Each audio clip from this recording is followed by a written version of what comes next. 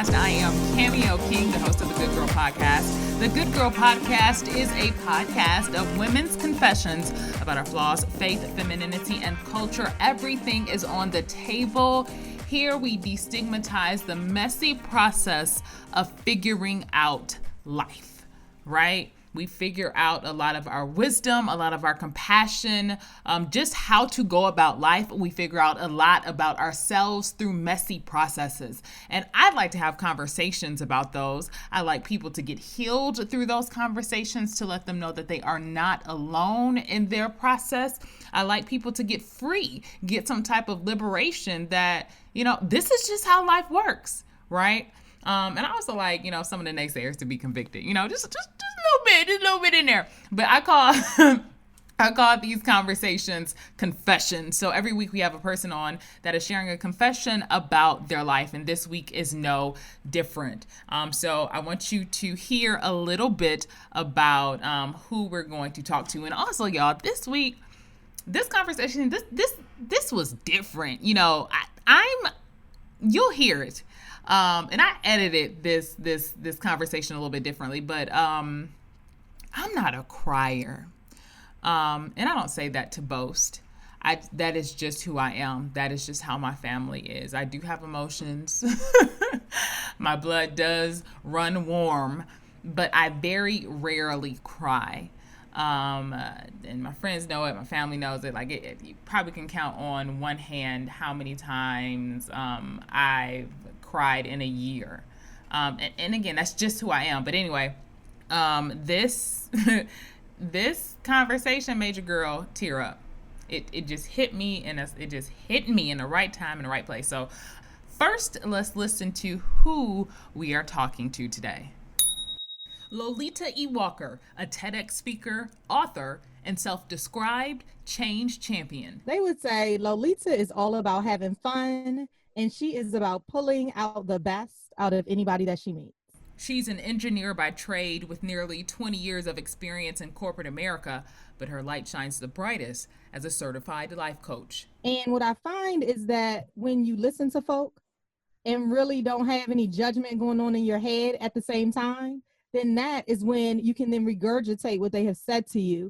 And what they recognize is that the greatness is already inside of them. The heart of Lolita's work is about helping others grow and reach their full potential. And helping them, whether it was my employee, whether it was my friend, whether it was my peer, it's all about really giving my all to you without any filter. But Lolita first learned about tapping into your potential through her personal experience.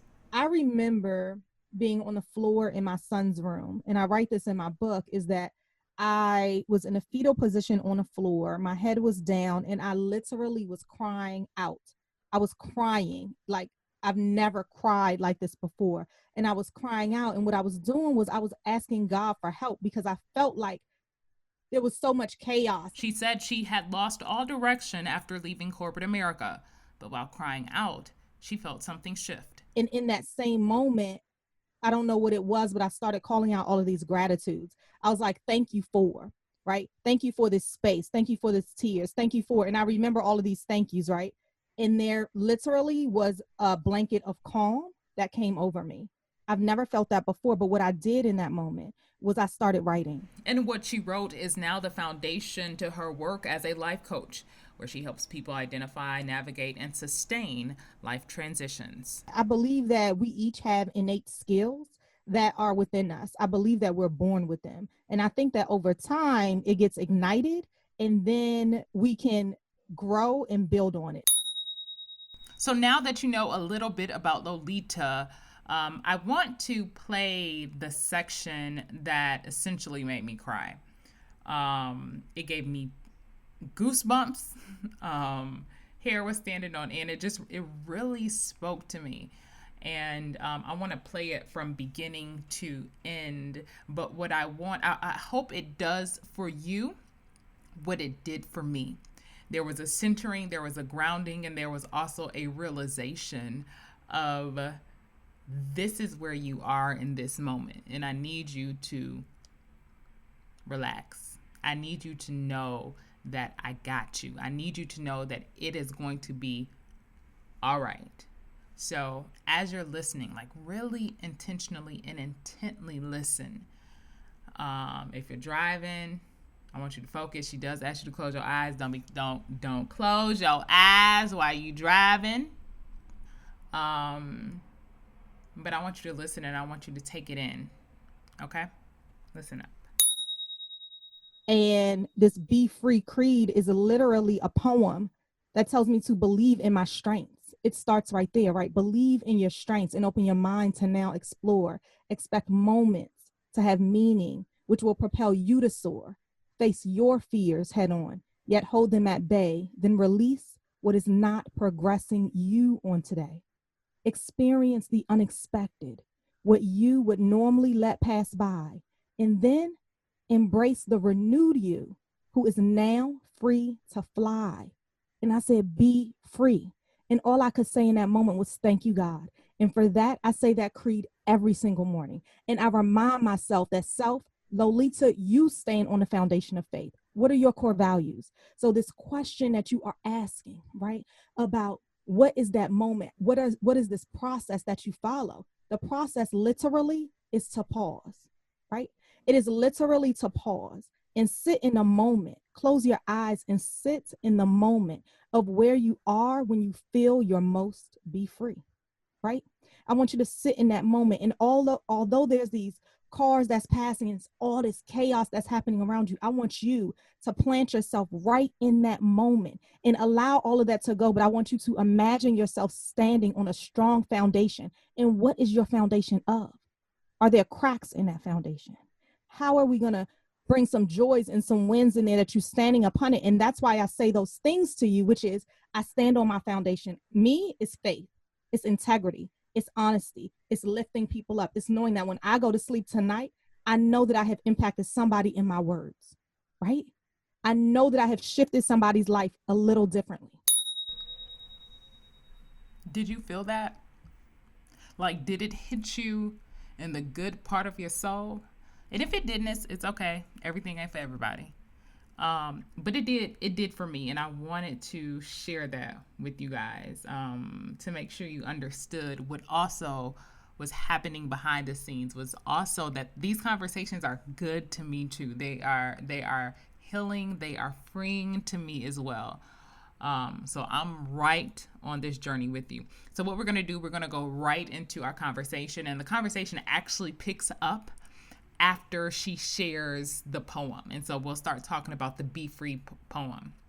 So let's hop into that. But first, a quick word from our sponsors. Quality healthcare is coming to a neighborhood near you. Sparrow, the Ingham County Health Department, and Dean Transportation are teaming up to bring their mobile health clinic right to your neighborhood. Throughout the month of October through December, the mobile health clinic is offering free health screenings and services at no charge. Yup, free screenings that cover everything from cholesterol to diabetes to blood pressure. Also immunizations, flu shots, and even referrals to cancer prevention screenings. If there are any questions, shoot a quick email to Sparrow Mobile Health Clinic at sparrow.org. Again, that email address, Sparrow Mobile Health Clinic at sparrow.org. I'll also post all the details and the dates on the Good Girl Podcast website and on social media.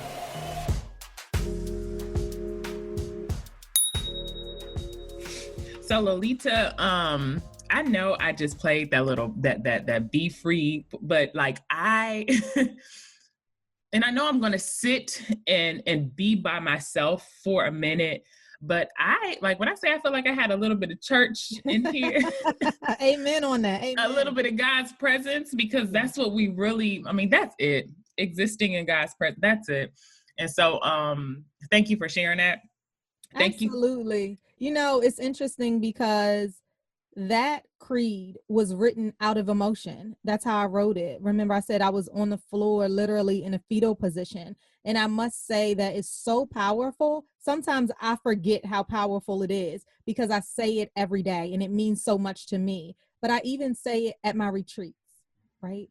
I even say it with my clients when I'm doing one-on-one coaching, group coaching. I have you close your eyes and be present. So no matter what I'm doing, that Be Free creed, it governs me. It governs my life and my business. So I'm so glad that you were able to resonate with it. And I'm going to share, like, if those who are listening, like what I felt as you were sharing that poem is that it really took me spiritually, emotionally, and mentally to a place that I need you to relax in the present and understand that I got you. Surrender, right? Yeah. Surrendering to this moment, surrendering to whatever is happening, but even in all of that, knowing that you will be just fine. And that it really starts from your heart. It doesn't start from everything else that's happening outside of us. A lot of times I think we believe, and I had to get out of this, that, and we're going to get to your confession, but this is it. but that we have to fix everything around us in order for us to experience peace, in order for us to let go, in order for us to be free, even in order for us to heal. I believe that there is this expectation that these external factors have to be in order, that they have to be corrected. But what that poem did was realign me and say, no, none of that have to be together. Because what do you stand upon? And when it's faith, right? You know that you're going to be good because you were created in the uniqueness that is you. You know how you're going to be good because you're standing right here, right now. So guess what? You have already been through a storm and you've gotten out of that storm. You are here to be able to confess and to say that you have brought me out of that storm. That's how I know that I can get out of this one, right? Absolutely. The Be Free creed is exactly that. It is, how are you standing in your most be free, and allow the storm to go around you because you are grounded. You are seated. You are planted in the earth. You are planted on top of your strengths and your core values. And even when it comes to my confession, the confession of simply feeling like an imposter as a coach, what do I do when I feel that way? Well, what I do is I stand back on my foundation. I look inside of the mirror and I say this creed to myself. And you know what it does when you look in the mirror and you do this work? The same with I ams. And I end my creed with I am Lolita E Walker, right? It is you owning where you are and who you are. It is you owning the place, no matter where you are in that space, no matter if you are doubtful, if you're fearful, if it's all of this stuff. I oftentimes do this analogy, and it's more like a visual exercise of imagery, right? In the middle circle, that's you, that's your core. Imagine a circle around you. That next layer, right, is your strengths. It's your strengths. And that outer layer, right, that third ring is all of these things that want to penetrate you. It's this doubt, this fear, this I'm not good enough, this everybody else got 1 million likes and where am I? I got this podcast, but it might not be doing that well. This person at work said I'm not good enough for that. I should be making more money. Why am I in a food line now in this crisis? And I have never been in a food line before. All of these things that want to get at you and make you feel like you're not good enough. Guess what? That's that third layer, and it is going to happen. But when you stand on that core foundation, that middle piece, and you surround yourself with those I ams of all of the wins and the greatness that is you, I am strong because of what? Like, don't just say those words. I am a conqueror because guess where I just came from, right? When you're able to do that because and put those on there, it becomes very difficult for that outer layer, all of that stuff to penetrate in a little deeper and get to where you are because you are covered by the things that you've already demonstrated. You are covered by the greatness that is you. So that's why I say standing on that Be Free, child, it's a game changer. And that is, and when you ask me that question about how do I pull it out of people, I start right there. I start right there. And if y'all didn't pick up on it, she already said her confession. So and we're gonna dig deeper into that. But as we're sharing, as we're talking, but just to unpack literally the work that you do and what we are trying to communicate with you, and even what I stand on, that these things that try to tell us who we are or who we are not, it is a part of life. And Lolita, correct me if I'm wrong, but I think this aligns with the be free, but sometimes some of those things are true. And when I say that, like, I am scared, I am insecure, Yes. I don't know about this, I don't think I'm good. Like, these things are true about us. But the difference when you stand on being free, the difference when you confess, the difference when you are honest, is that you acknowledge that you have these feelings, but you come back to your center, and your center allows you to elevate. Your center allows you to rise. Like, those things may be true. Like, you may be hurting, you may be jealous, you may be doubtful, but understand what are your core values? What does your center say? And then even for you, you were like, your faith. What does your faith say about you? What does the healing process look like for you? Because you've acknowledged that this is an area where I need to be healed at. You know, I feel, so when you said, like, some folks may be in the food line, there's absolutely nothing wrong with being in need. But for some reason in our mind, we have, and because of the society we live in, and because of the culture, and because of what people have told us about being in need, we have looked at that and we have accepted that as though it is something simply like wrong, or something that only certain type of people do and certain type of people deserve, or, you know, whatever that may be. And it's a humbling experience. And so then we have to, again, come back to our center, come back to our foundation. What really matters? What do we really believe about ourselves and about people in need, and about who we are as individuals? Because too, I think that, and I've said this before, like on my Instagram, just talking, but that these things that we attach ourselves to, and it makes sense that we attach ourselves to these things, like, you know, having a stable job, having money in the bank, being able to provide for our family, like, these things, they are very much connected to our ego. And our ego, in my humble opinion, pushes God out the picture. We become very self-sufficient. And whether we know it or we don't, but we operate without God. And I think when we are in some of these situations, what it is a reminder of how vulnerable we are, and how much we need, and how much we, in fact, we need God. Absolutely. You know, you hit on so many things right there. I'm like, dang, I should have had a pen and paper. This is good. This is juicy. But one of the things I heard you talk about is really owning your narrative, right? Shifting the narrative of who you are, right? Owning those things. So I am scared, and this is why. I feel vulnerable, and this is why. I feel less than, and this is why. But acknowledging how you're feeling is the first step, because how can you heal from something you haven't already articulated, right? You haven't articulated it. You haven't owned it. You haven't even said it aloud. So once you can say it aloud and acknowledge it, now you can stand upon it. Now you can sit in it. Now you can ask yourself, where do you want to be? And sometimes the question is, shit, I don't know where I want to be. It's just not right here. And know that that's okay. You don't have to have a 5-year plan at all. What I want you to do is ask yourself, where am I most be free, right? So for me, when I feel free is when I'm surrounded by water and when I'm surrounded by trees. That is my core center. Or with some gospel music. It'll take me there every single time, honey. Every single time. Listen, I turn on contemporary gospel on Pandora and I am in another mood. Me, tears and everything, but I am rejuvenated, right? Whatever that is for you. And even in a pandemic, I want you to sit in and ask yourself, how can I get into that space? Now, for me, it's in Jamaica. Now, I can't get to Jamaica at this particular moment, but what I can do is do what? What's in your control? I can put on some spa radio music. I could put on some calypso and make it seem like I'm right there at that all-inclusive resort.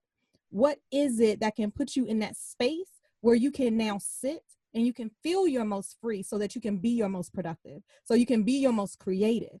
And once you can own the pieces of the story that are true, now you can start talking about, what have I demonstrated that can help shift that narrative and rename who I am. Right? Yeah. Yeah. Yep. Yeah. And it's a journey. It's a journey. And so, Lolita, you talked about the imposter syndrome being, you know, as a coach, like even with you sharing everything that you poured out to me, even with you seeing the results that you see in your clients, even in this moment, I'm like, wow, like fireworks, boom, boom, like all of this. And then also knowing your background, you're a trained engineer. You know, you are a mother. Like that's listen, I'm not a mama, but listen, I got friends and y'all stories about raising y'all kids. Listen. In this pandemic, and I'm a homeschool teacher, check it off the list, okay? Oh, child, like I don't even know if a bonus would do. Like y'all need something. Yeah. And single mamas ain't no joke out here. Shout out to the single mamas doing the thing, you know? Shout out. Yes. Shout out. Family, friends, and the support of, you know, your partners who were there before. It's just a wonderful thing. So yeah, absolutely. But you know, one of the things that I did want to share, you know, I am, let's say, accomplished in the space of people looking in, right? You can check off the list. She's a TEDx speaker. She talked about this. She has clients. She's working with companies. She's been on TV. She's been on the radio, you know, all of these things. Yes, check it out. She has a book. There still is a feeling, right? I'm also a person. There still is this feeling sometimes of, am I good enough to push that next level, right? Just so we have a full understanding of what imposter syndrome is, can you define it for us? And I say that because I think a lot of us deal with it and we don't know it. And I think it's different for women with different backgrounds. So if you are a Black woman, if you are a white woman, if you are a Hispanic, like if you are any of these types, like it shows up differently. Yeah. And so if you could unpack the different ways and like, you know, the literal definition of imposter syndrome, because you have these women doing really well in their careers, really well in their life, but it's something that kind of creeps in. Yeah. So for me, the way I define imposter syndrome is, plainly put, it's when you feel as though you're an outsider that's coming in and looking at a situation and you are not worthy to be inside of this space. It is when so many of your negative thoughts bombard you that push you back into a fear and close the door. It's when you say no to an opportunity because something is holding you back, like a weight that is pushing you into the background, into darkness. That's how I describe imposter syndrome, put frankly. It is if you can be a fly on a wall and feel as though I don't belong. And that can show up in so many ways. That can show up in you not leveraging the power of your voice inside of a meeting. That can show up in you not writing that book. That can show up in you not going for that next promotion. That can show up even honestly in you getting dressed in the morning and putting on something new, because there's something in your head, there's something in your experience, there's something in your psyche that is telling you that that's not okay. I read something about imposter syndrome. That was a long time ago, and it just resonated with me because I didn't think I necessarily dealt with imposter syndrome in the ways that it comes up. And the way they described it is like, even though you may have gotten, you know, your degree or you did really well in a program, you think in the back of your mind, oh, you know, well, this program wasn't that tough. Or, you know, the professors were just easy on me. Or you got into this program and you're like, oh, it just wasn't that competitive this year. Yeah, like you begin to excuse your accomplishments with these thoughts. Yep. It's the doubt, right? You begin to doubt yourself. You begin to let fear overtake it. You begin to diminish the greatness that you are. Because again, you are not feeling your most confident, your most competent, and your most courageous self, right? And that can come for a number of reasons, right? Every individual is different. But what I will say is that it is you not feeling like you're worthy. You're not feeling like you're enough. So that's how I define it. And in moments, I believe that we have all experienced imposter syndrome. And it'll be very tough for someone to tell me that they haven't. And then we'll just have a conversation. Because I guarantee you, at least once in your life, you have felt lesser than. Do you think our way to come out of it differs based on our background? Because as a Black woman, we have the world telling us that our lives don't matter. There are microaggressions that exist. There are, just all these other factors, systemic racism, that tells us that we aren't enough. So in terms of pushing back on the imposter syndrome, is the process different from person to person? I think generational trauma, generational stigmas, who you are and your culture absolutely play a role. I think how you come out of feeling like a fraud or feeling like an imposter is absolutely different for everyone. But I also believe that it is in your core values as well, is the how, right? Standing upon understanding what those strengths are. And sometimes when we feel like this imposter, we forget what our strengths are. And that's why the exercise of really understanding the narrative of who you want to be, your future self to be, and then going back and talking about how have I ever demonstrated that? Just even a tiny bit demonstrating it, understanding those are so important, because the way you get out of feeling like a fraud, where you should be showing up already, right? Because you've already demonstrated it, is to know how you've demonstrated and to stand firm on your foundation. So it's fixing those cracks that are now inside of your foundation, fixing the holes, because over years you haven't given yourself the time to discover you and rediscover you and re-pour into you, right? When we don't pour into ourselves, then it's tough to continuously be rebuilt, right? Because you said something, and I wanted you to go a little bit deeper. Why is that? But I remember even I shared at my TEDx, I had prepared for this TEDx talk for 6 months. I had a coach, right? Mm-hmm. We had a voice coach on top of that. I was prepared, but when I stood on that stage for the first time and looked out into an empty audience, right, 2 days before, I remember feeling like I wasn't enough. And I remember looking out, and I told a story about looking out and seeing a red stop sign.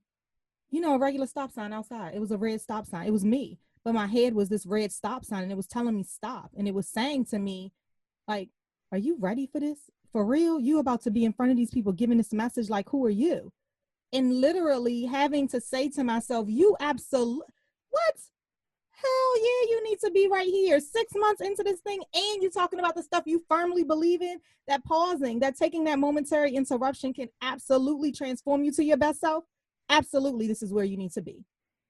And it happens in the best of our times. Mm-hmm. What do you mean by being able to attach yourself to maybe how you showed up, even in a small way, to the bigger vision of how you see yourself? Yeah, I believe in the power of imagery, hands down and all around. I believe in a vision board. I believe that when you know where you want to go and it becomes a roadmap. And I believe that everyone, no matter if you do a vision board or not, everyone can imagine, where do you want to be? Who are you when I look a year from now? Like, let's start with a year. A year from now, who am I? Where will I be? What am I going to be doing? Vision that. What am I going to be wearing? Right? On December 31st of 2020, or 2021, what am I going to be doing? Talk about it. I want you to see it, right? I want you to say those things that you will have and what you will be doing, because now I want you to begin seeing yourself in that place. What needs to be true to get yourself there? And when the imposter starts to come, because she or he will, absolutely, I want you to take a sliver of that. So let's ask ourselves. I'll just go to 12/20 because we're here. But, by December of 2020, I want to be an author of my second book, right? Okay.